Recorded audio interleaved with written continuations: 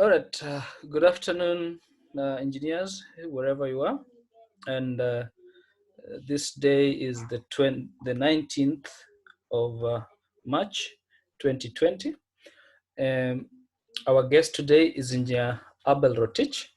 He will introduce more about himself. My co-host, as usual, is Diana. And before we continue, I would like to send a message to everybody. Take care of yourself. Follow the prevention measures that are given out by the health workers on COVID-19. And let's keep safe. Have some self-conscious about your health and have a little bit of patriotic uh, character this time around in Kenya, so that we help the government in fighting the disease that has a scourge that can wipe out a system that we know very well. It is a working system, but somehow it is not up to standard compared to other countries of the world like Europe and even China, who are still also facing the same problem. Otherwise, I will hand over to my co-host Diana to take us off to the next stage. So good evening, everyone. Welcome to our webinar series. Today we'll have Engineer Abel ROTICH, who is vying for the first vice president of the IEK. He'll tell us more about himself, his manifesto, what he has done before with IEK, his engineering background, among many other things. So everyone is expected to mute their microphones and their videos as we wait for Engineer Abel to speak, to tell us about himself. So, and for Engineer Abel, all of us will have muted. So please, when we don't respond to you, just know that we are giving you your space to talk all along. And then you'll prompt us when you're ready for us to ask any questions that we may have. So please take your time and welcome to the webinar. And thank you for being our guest tonight. Thank you for everyone, or rather, thank you to everyone who is joining us. And yes, karibuni. Thank you so much. Good afternoon, esteemed engineers. I'd like to appreciate and welcome you all to this interactive session. My name is Engineer Abel ROTICH. I currently work as your Thermal Development Director at Kenya Electricity Generating Company. I'm based in Naivasha, Olkaria, 60% of the time, and 40% of the time based in Nairobi, Stigma Plaza. I'm here to request and humbly request all engineers to consider my candidature and vote for me on the 23rd of March 2020. Now, my background is a specialty is in mechanical engineering, where I graduated from the University of Nairobi. I've also done masters at the University of Kenyatta University and various other courses. On the engineering aspects, I've actually played a major role in IEK development, including supporting IEK activities. At a point in time, I was actually a branch chairman of IEK Mombasa branch, where one of the notable things that we did during my tenure as the branch chairman is to move the IEK International Conference for the first time outside Nairobi to Mombasa as part of our strategy to decentralize activities of IEK. This is still one of my aspirations, one of my foreseeable things to be done if I join IEK board, is to decentralize activities of IEK. Now, a number of things that I like to mention that is actually making me seek for this position of first vice president of IEK is I like to see notable change. I would like to see a vibrant IEK. I would like to see an all-inclusive IEK. I would like to see an IEK where all of us together from the headquarters to the regions will move together and in tandem, and where we have a say and we have a stake in IEK. So how do I intend to do this? First is that I want to consider proper mentorship and coaching of our engineers once they graduate from the university, various universities that they'll be actually studying, and fast track their being registered in the professional engineers. And I see this very possible. Using case examples, where I work, we have mega projects that we actually put up power plants. And the consulting firms that come from abroad come with very, very young engineers. And they supervise very experienced engineers here in Kenya. And I find this quite really quite bad for us, because when you find engineers here who have all the experience, who have everything, but being supervised by engineers from outside, they were very young, and they say they've been registered, they've been recognized by their countries, it really gives me a challenge. So one is to be able to fast track mentorship training of our engineers and registration. This is possible. We have to partner with industrialists out there. We have to partner with consulting firms out there. We have to partner with institutions that can enable our engineers get the experience that is required. We have a lot of government companies that practice engineering, and we really have to partner with them. We can sign memorandum of understanding. We sign collaborations. Say that at some point in time, the maximum time an engineer coming off to the university should wait to be registered should not exceed 3 years. We also don't want that when we benchmark with international firms, we look like we are really the underdog. We have to compete with people who have been developed properly. And that is possible. And I know with me at IEK board, this can be actually delivered. I'm also looking at, you cannot have engineers who are not enabled. Enabled in the sense that you have to have the financial backing so that you can also afford to be available with any forums and even negotiate to partners that you want to go into. And we can do this by cutting our share out of the 40% that we have actually for the local content. Now, this is in the act. The act is different, but implementing it and putting it into practice is something totally different. The act can be there and shelved, but we can be able to do it as engineers. And the first thing is, let's have all the contracts and all the tenders that are put out there. We should have consortiums where engineers actually play a role. We should have partnerships. We should have associations with the people who have the might, but the engineers have a stake into it. Our local people have a stake into it. And then as we move, we get enabled. At the end of the day, we'll be on our own and standing and getting more than the 40%. And this can be done if for every item or contract that are coming out, we have engineers or observers to see exactly how it is done. And we go in and participate fully next and have us get that stake. The other one is we have special groups that need to be supported. Now, how can they be told to do and participate in the 30% that is in the act if they don't have the support? And who will support these people? The only people who can support are people who are enabled, like the Institution of Engineers of Kenya. We really have to fight and allow that stake of the special groups also facilitated as given in the act. Now, we know some of the rules have been relaxed so that these special groups can go in, but they have to be enabled. They have to have also somebody to guide them, somebody to financially assist them in how this can be done. At the end of the day, this will be growing the strength of our people in Kenya. Engineers have to play a major role in these two items, the local content and the support for the special groups. Now, engineers and the IEK, you cannot do this when we are locked ourselves indoors.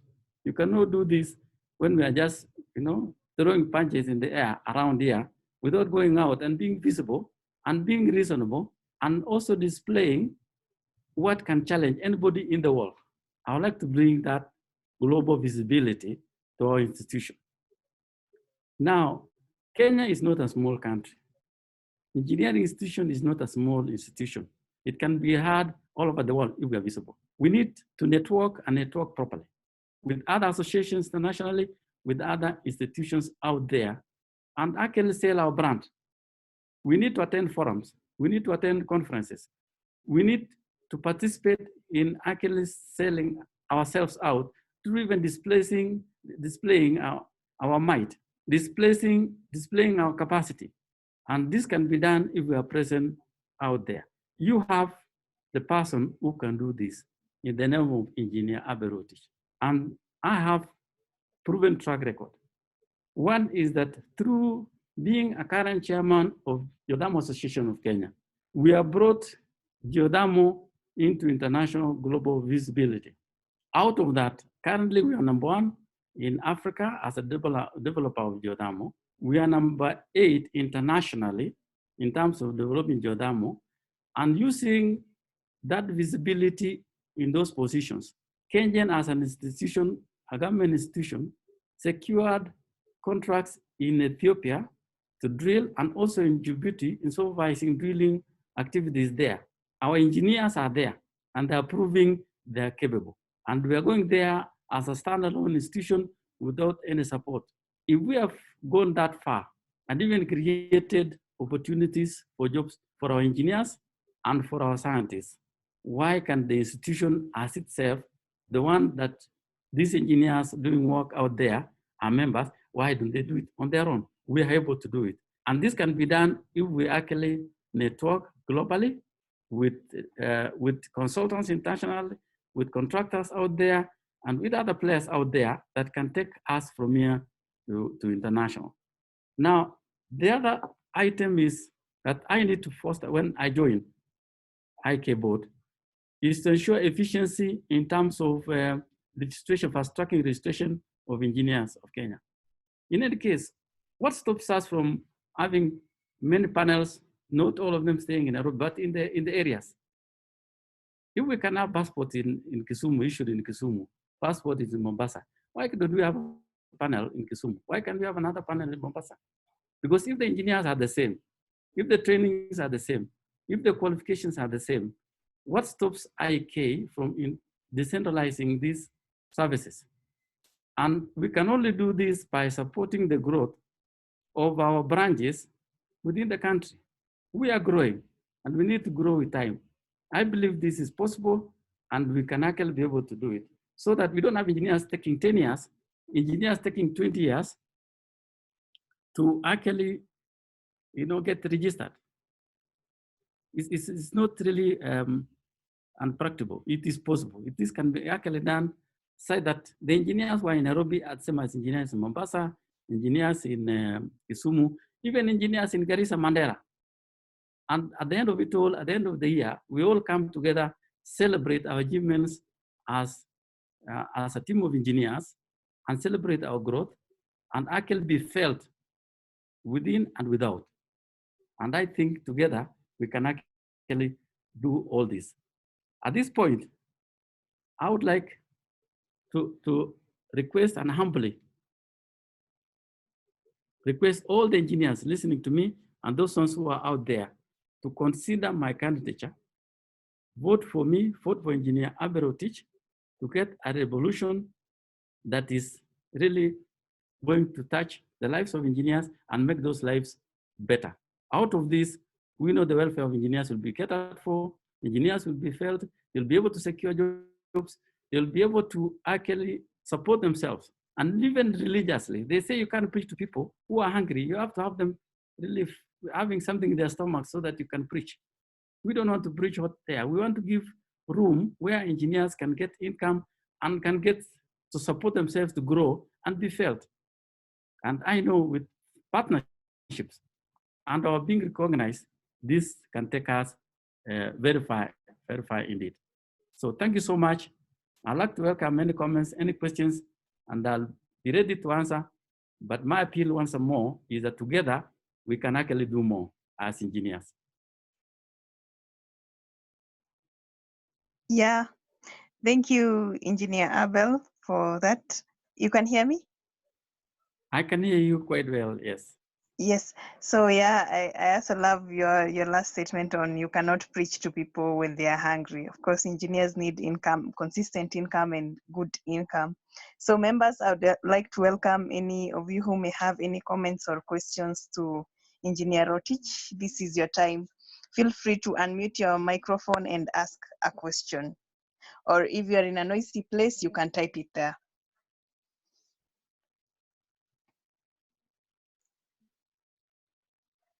Questions? I think I will start off as usual. Engineer, what do you think about, I see many of the candidates are talking about 40% local content. what is the meaning of this 40% local contents? Yet we know very well that there are those jobs that we have the expertise that Kenyans can do, Kenyan engineer can do, and can even do it really good. But then we have those specialized areas that we might need engineers from outside to do, maybe even 100%. So can you demystify this 40% local content? Thank you so much. I didn't get your name, but I presume that's Engineer Abdi. I get the fact that we kind of speak the same, but we are two different people. This is Ndolo. Oh, thank you so much, Engineer Ndolo. It's good to know who I'm addressing. Your question is extremely good because we need to demystify what this content actually means. The focus on the 40% content are actually items that cannot be done wholly by Kenyans. Any item in terms of a contract or supplies or even studies that can be wholly done by Kenyans, we fully support that Kenyans should do them and should be looked by Kenyans. And in fact, the way we should structure either the request for proposal or request for quotation or the tender should be either citizen contractors. This is meant for citizen contractors or citizen consultants or citizen suppliers.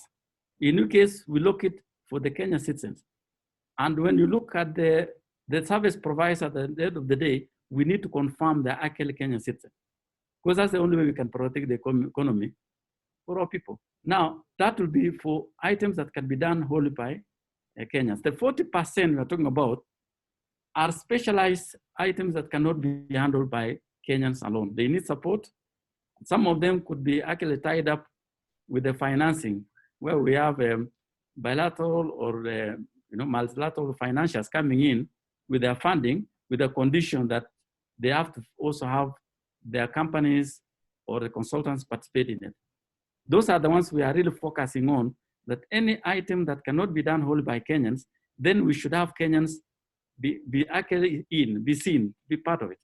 And that's why we talk of 40%, either through a joint venture, through a partnership, or even subcontracting, to the extent that we have 40% of it coming to Kenyans. Thanks, Engineer Ndolo. Just on the same question, how then do we ensure that, okay, we have an area whereby we have very few Kenyans who are specialized in that area. And let me give an example, say, for example, petroleum engineering. We have very few engineers in that field. And we know there's those who have graduated from outside, yet the Engineers Board of Kenya have not registered them. I have quite a number of people, say in petroleum engineering, and say the other one is computer engineering, which, if you look at the content, is the same as what is taught, say, in electronics engineering in Nairobi University, but the Engineers Board of Kenya has not recognized them. Now, let's talk about petroleum engineering. We have people coming in who are specialized in that area. We have Kenyans who've graduated from those universities in China and Russia and even Saudi Arabia and other places, but they're not recognized in Kenya. So we end up importing people to do this work for us, yet we have local people around. How then do we ensure that the expertise is transferred to the local Kenyans if we don't recognize the other Kenyans who are already trained in that area? Thanks, Engineer Ndolo. I think that is where I consider then our failure to address that issue. And the way we can do this is, I know EBK would like to really see the course content and recognition of those institutions where they have come from.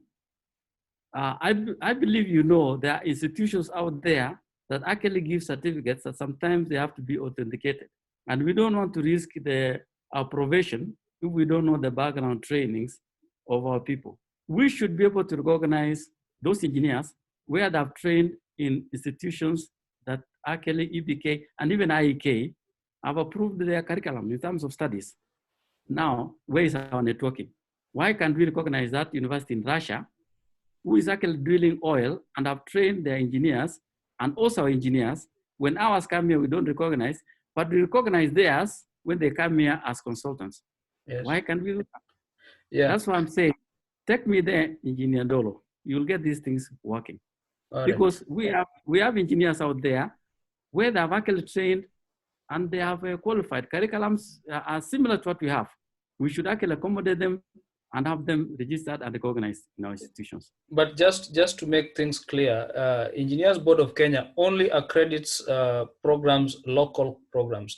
For international graduates, the foreign students, if you graduate from India, Russia, US, or wherever, you go through Commission for University of Kenya. That's the one that agree by convention that the university is really accredited and has satisfied all these requirements. Just to make that clarity. Okay, Gitonga, you have the mic on.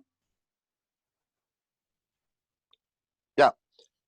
I wanted to ask two questions, and one is regarding communication, and then the next one is regarding international conferences. There's been issues which have been raised from the other platform, and there's a feeling in members, among the members, that IEK has not been communicating quite well with its members.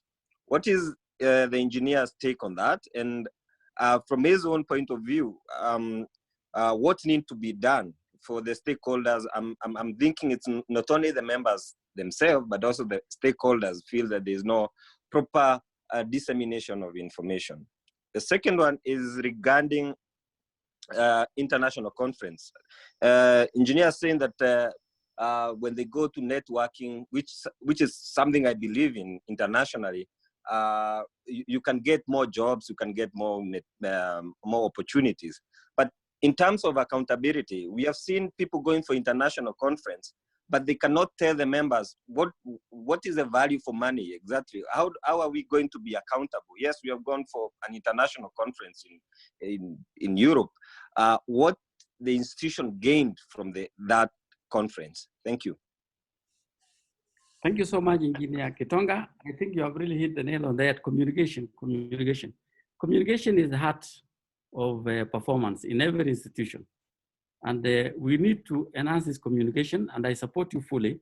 How do we actually do this? We have the list of the engineers at IEK, and it's not difficult to create a forum when there is information, either through SMS, either through emails, or even WhatsApp groups, which are now platforms which are available. But they want to tell you, and the other engineers who are listening, previously, cars was like a luxury, vehicles was like a luxury. But at the moment, it is actually a necessity. You can't survive without it. And this goes to these platforms that we are talking about. ICT is not luxury anymore. It's really a necessity to progress our programs, our processes, our survival. So the ICT systems that are available should be at the disposal of IEK to use to reach out to members.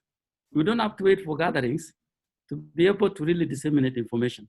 And this is something I believe the board should actually take up, the next board should take up and reach out to engineers and update them on what is going on all over the country and also internationally, so that we grow our knowledge, because knowledge is the key to survival.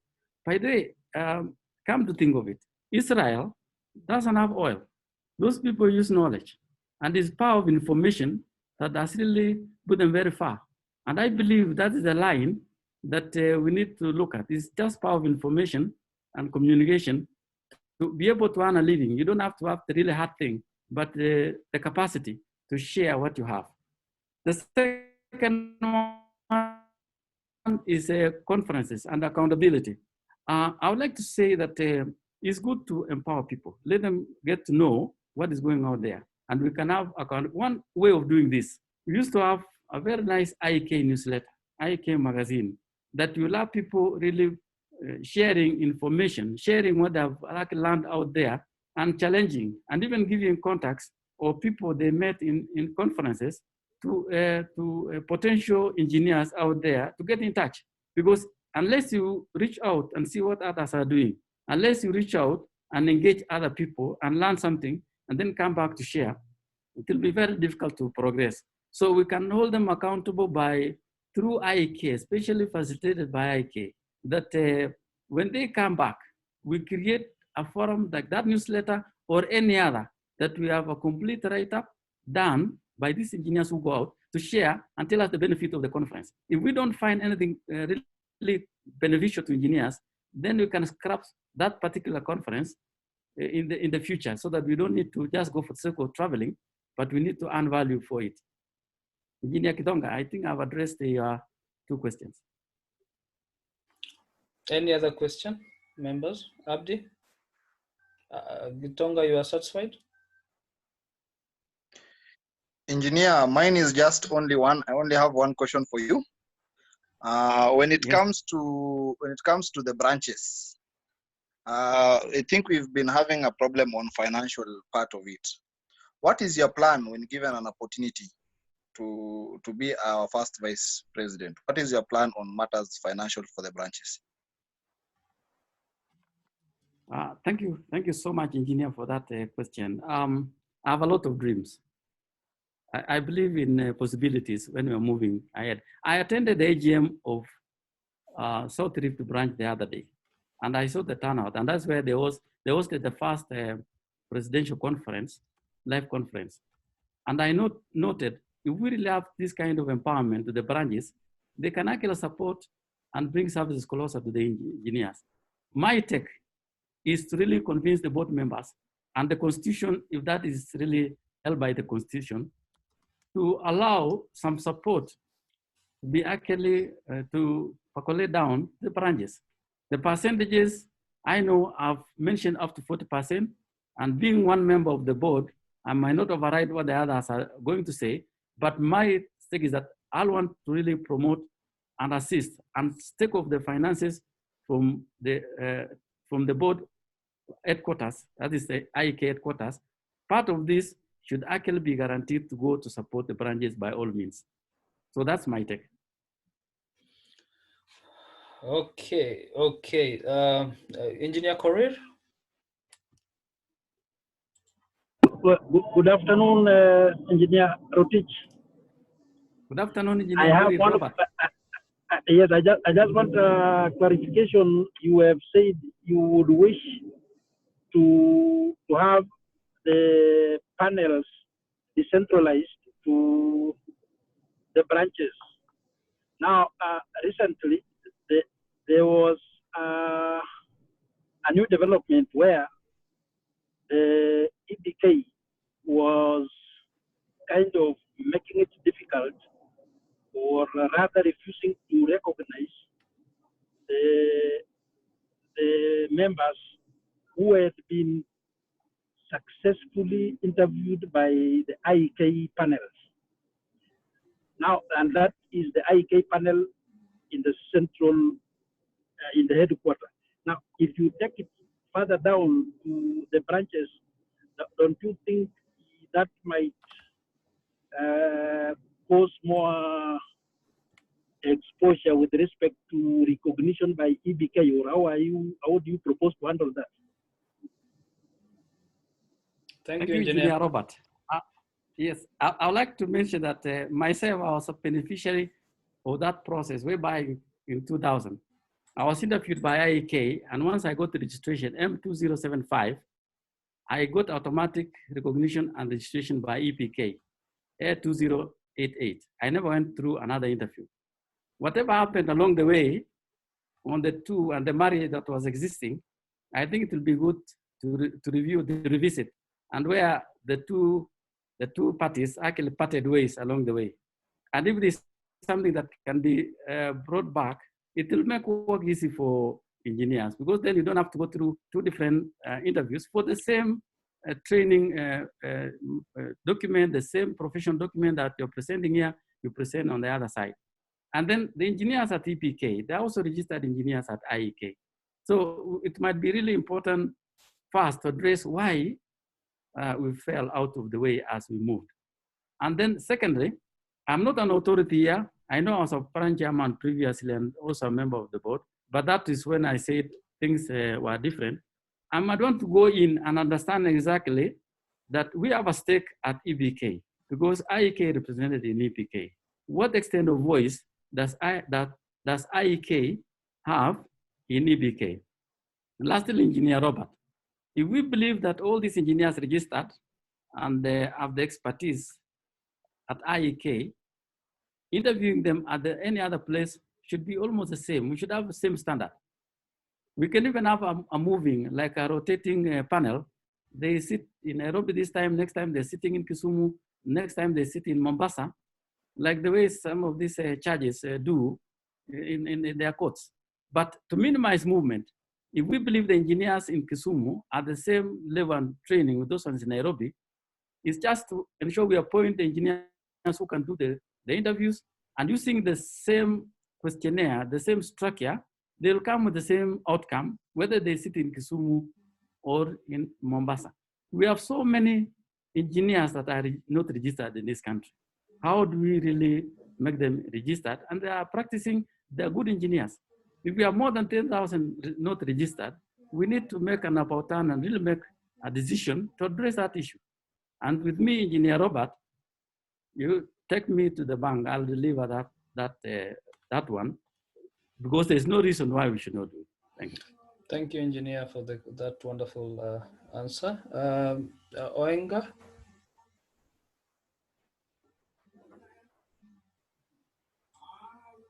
Oenga Jones, unmute your mic. All right. Hello? I hope I'm audible. You are. Okay, thank you. Thank you so much, Engineer ROTICH.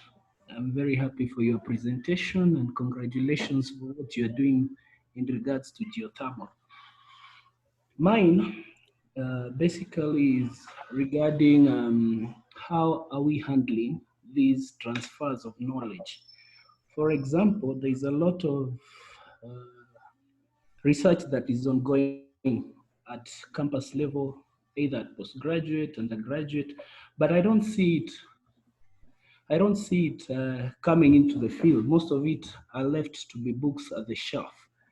Number two, there is also a problem of funding, as much as we've talked of conferences and everything. I'll give you an example. Currently, I'm a PhD student at Tsinghua, that is in China.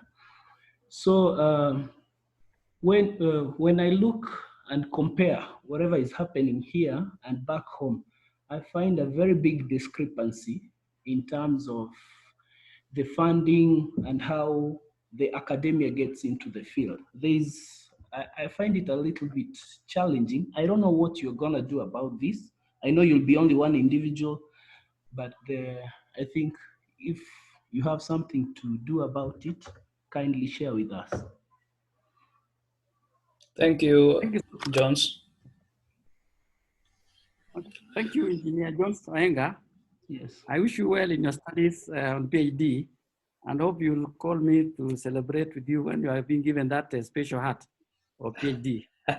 Don't worry, many will call you. Okay. Now, you have asked a very, very important and good question in terms of funding and the partnership. This is possible. I'll just cite examples that we're actually doing and on the research work. I would say under geothermal, the field of geothermal is so green that we have actually participated in so many research work with institutions through MOUs. One, Kenyatta University, we collaborated with Kenyatta University and we secured funding of 200 million shilling to carry out local heating using geothermal steam, just from our financial. We're in partnership with JKUAT, and annually we hold geothermal conferences at JKUAT in partnership with a university called Kyushu from Japan, and we secure financing for all of this, and students present their research work, and actually this research work lead to either master's or PhD in their various studies, that including geology, geochemistry, geophysics, mechanical engineering, electrical engineering. All that really goes into engineering and scientific work. And this is actually possible. The other one that we have actually done is that we have also partnership with Mo University, and the secured funding. We want to do what we call isotope studying to see how water and the content flows in recharging all the reservoirs in this country. And there are people out there who are ready to actually finance this. The last one that I want to mention is that we are in partnership with a university called University of Twente in Netherlands. They're very good in satellite work, and they're currently training 2 of our engineers there under scholarships, fully funded. And this is possible because of the same partnerships. We have so many others that I can cite, including Kabarak University. We have something we are doing with them as an institution. Dedan Kimathi is training 14 of our staff, including engineers, under scholarships, funded externally. And this is only with the institutions, leave alone now financing for the actual business itself.